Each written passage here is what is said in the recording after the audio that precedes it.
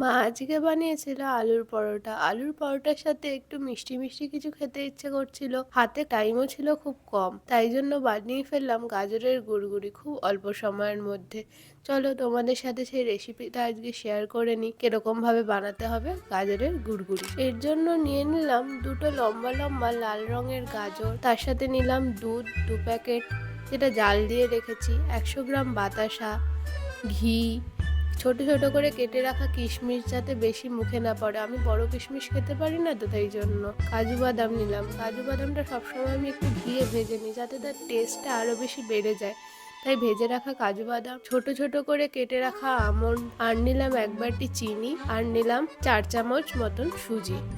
গাজরটাকে ছোট ছোট কেটে নিলাম, এটা পেস্ট করতে হবে বলে মিক্সিতে দিয়ে পেস্ট করে নিলাম। পেস্টের সময় জল দিয়ে নিই, দুধ দিয়েছি যাতে টেস্টটা খুব ভালো থাকে আর গাজরটা মিহিভাবে পেস্টও হয়ে যায়। এটা একটা বাটির মধ্যে ভালোভাবে ঢেলে নিলাম। এরপরে কড়াইতে দিয়ে দিলাম 2 চামচ মতন ঘি। এরপরে ওই বাটিতে রাখা গাজরটা কড়াইয়ের মধ্যে দিয়ে দিলাম, আর বাটির মধ্যে একটু দুধ দিয়ে ভালোভাবে গাজরটা বার করে নিয়ে দুধটাও গাজরের মধ্যে দিয়ে দিলাম। এবার এটাকে ভালো করে নাড়তে থাকলাম। একটু খানিকক্ষণ যখন টানলো তারপরে দিলাম সুজি। সুজিটা অল্প অল্প করে গাজরে দিয়ে নাড়তে হবে, তাহলে ভালোভাবে মিশে যাবে। এই সুজিটাই আসলে বাইন্ডিংয়ের কাজ করবে, তাই সুজিটা একটুখানি দিচ্ছি আর একটুখানি নাড়ছি যাতে ভালোভাবে চারিদিকে মিশে যায় সুজিটা। এবার যেটা মিশ্রণটা সেটা একটুখানি টাইট হবে, তারপরে দেব ওর মধ্যে একটুখানি চিনি। আমি অল্প চিনি দিয়েছি, চিনি দেওয়ার পরে এটা আরেকটু টাইট হয়ে যাবে। দেখবে যখন মিশ্রণটা এরকম নাড়লে তলায় আর কিছু লেগে থাকছে না, তখন বুঝতে পারবে যে ডোটা ভালোভাবে তৈরি হয়ে গেছে ওই লাড্ডুটা বানানোর জন্য।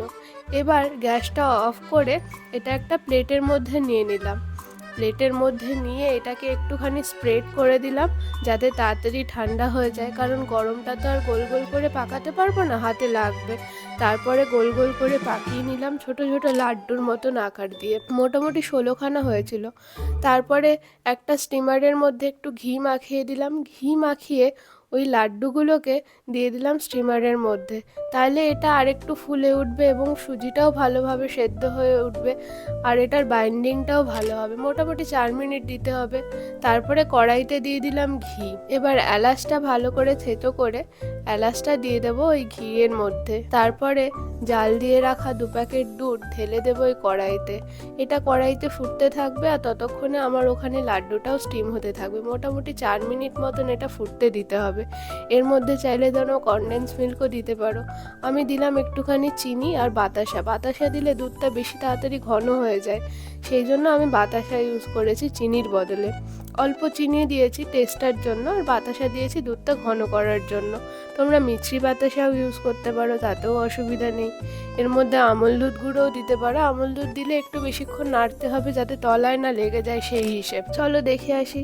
হয়ে গেছে গুড়গুড়ির লাড্ডুগুলো।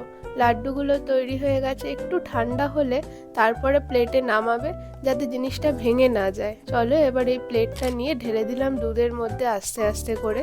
এটা দেওয়ার পরে মোটামুটি 10 মিনিট রাখতে হবে দুধটা মিডিয়াম টু হাই ফ্লেমে, আর দুধটাকে একটু একটু নাড়তে হবে হালকা করে যাতে লাড্ডুগুলো বেশি না নড়ে আর তলাতে যাতে নাও লেগে যায়। 10 মিনিট, আর উপরে কোনো ঢাকা দেওয়া চলবে না, শুধু নর্মাল রেখে দিতে হবে 10 মিনিট মিডিয়াম টু হাই ফ্লেমে।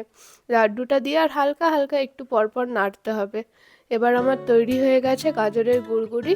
উপরে একটুখানি ভেজে রাখা কাজু, কেটে রাখা কিশমিশ আর কেটে রাখা আমন্ড দিয়ে ডেকোরেশন করলাম। এবার গরম হলেও কাউকে তো একটু দেখিয়ে নিতে হবে কিরকম হয়েছে স্বাদটা। চলো দেখাই স্বাদটা কিরকম হয়েছে, তোমাদের সাথেও শেয়ার করি সেটা। দেখে মনে হচ্ছে ভালোই হয়েছে, বা বেশ নরমও হয়েছে, একবারেই কেটে গেল। এটা একটু দুধে মিশিয়েও চামচে দিয়েও খেতে পারো, গরম ছিল বলে আমি দুধ দিলাম না। ভালোই গরম লেগেছে তার। দেখা যাক কেমন হয়েছে, কখন বলতে পারে। মনে হচ্ছে তো ভালোই লেগেছে এক্সপ্রেশন দেখে। এবার যদি তোমরাও বানিয়ে দেখতে পারো কিরকম হয়েছে, আশা করি ভালো লাগবে। যদি আমার ভিডিও ভালো লাগে তাহলে একটা লাইক করো আর জানিও কিরম হলো খেতে। আর যদি আরও ভিডিও দেখতে চাও তাহলে চ্যানেলটাকে তাড়াতাড়ি সাবস্ক্রাইব করে ফেলো। টাটা, আজকের মতন এখানেই শেষ।